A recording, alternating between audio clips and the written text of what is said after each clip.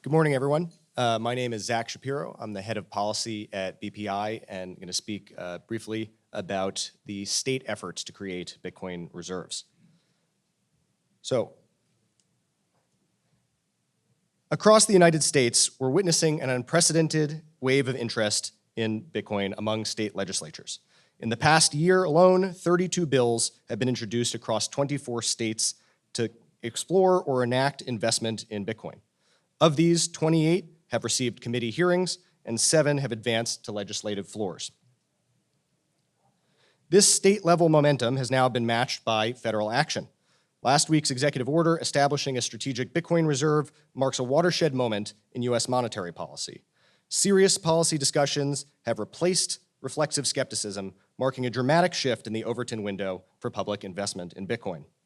And while the federal government has now taken a bold step forward, states remain crucial laboratories of democracy with an opportunity to pioneer complementary approaches that will work in concert with the federal initiative. Let us be direct about what's happening here.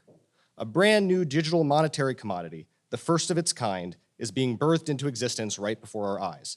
This is not just another asset class, it's perhaps a once-in-a-civilization opportunity to redefine what money is and how this tool can best serve humanity. Bitcoin's core appeal is simple but powerful. Absolute, credible digital scarcity. Its fixed supply cap, secured through decentralization, cryptography, and game theory, uniquely positions it as a reliable hedge against monetary debasement.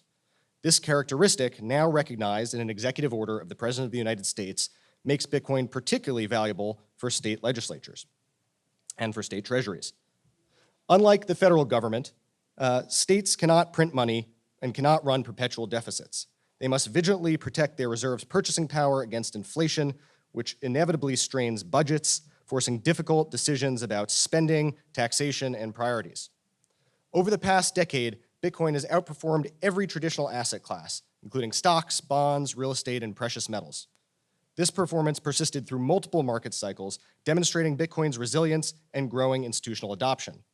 For states with long-term obligations like pension plans, pension funds, and infrastructure projects, Bitcoin represents not merely a defensive position against inflation, but a strategic opportunity to grow reserves in real terms.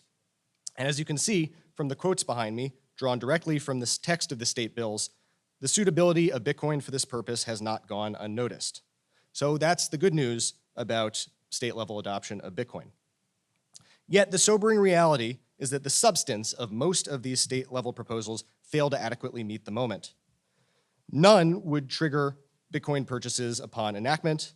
Most merely propose feasibility studies or authorize potential future investments. Of the 32 proposals, only 9 specifically mention reserves comprised of Bitcoin as opposed to other cryptocurrencies or asset classes. The efforts to shepherd these bills across the finish lines has also been somewhat lackluster.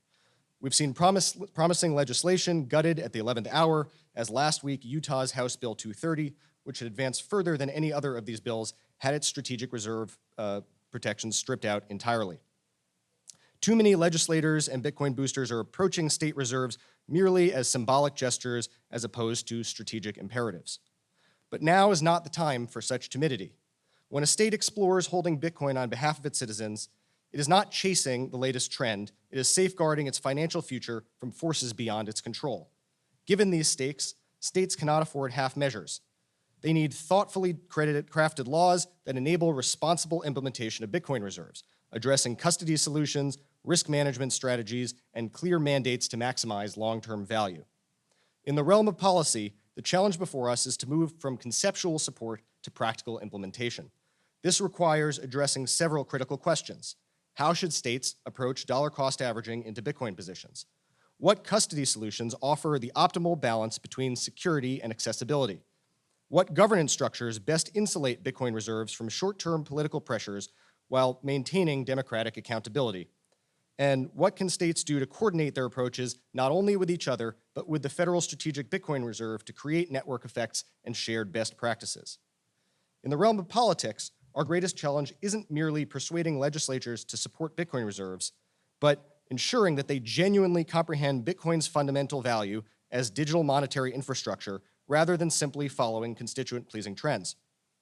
This requires a deep educational effort that transcends partisanship, equipping lawmakers with both the technical understanding and the historical monetary context to seize this unprecedented opportunity to strengthen their state's fiscal sovereignty and position their communities at the forefront of a global revolution that will serve as a financial lifeboat among rising global debt, persistent money printing, and the growing storm of monetary uncertainty and instability.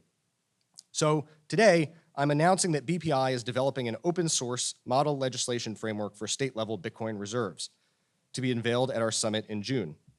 We're creating a comprehensive blueprint that states can adapt to their specific legal and budgetary needs, drawing from Senator Lummis's Bitcoin Act and incorporating the best from the existing state proposals. Our model legislation will detail clear pathways for purchasing Bitcoin, outline rigorous custody protocols, and propose effective oversight measures. Our goal is to transform Bitcoin reserves from theory into practical, secure, and valuable assets for states. But we can't and shouldn't do this alone. We invite all of you here today, policymakers, industry leaders, and informed citizens, to add your voice and shape and then shepherd legislation that is both ambitious and practical. Our collective responsibility is to craft policies that genuinely meet this historic moment, and BPI stands ready as a resource, a partner, and a forum for this essential work. As promising as recent developments at both the state and federal levels are, our work has just begun.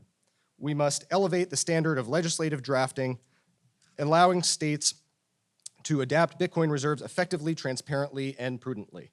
Crucially, we must coordinate these state-level efforts with federal initiatives like the Bitcoin Act, creating an integrated approach to the stewardship of public Bitcoin reserves that will serve generations to come. The window of opportunity before us is historic but not indefinite. Early adopting states will likely capture disproportionate benefits even as the federal government begins building its own reserves. And more importantly, developing robust models for Bitcoin reserve management now will establish precedents that shape public policy for decades.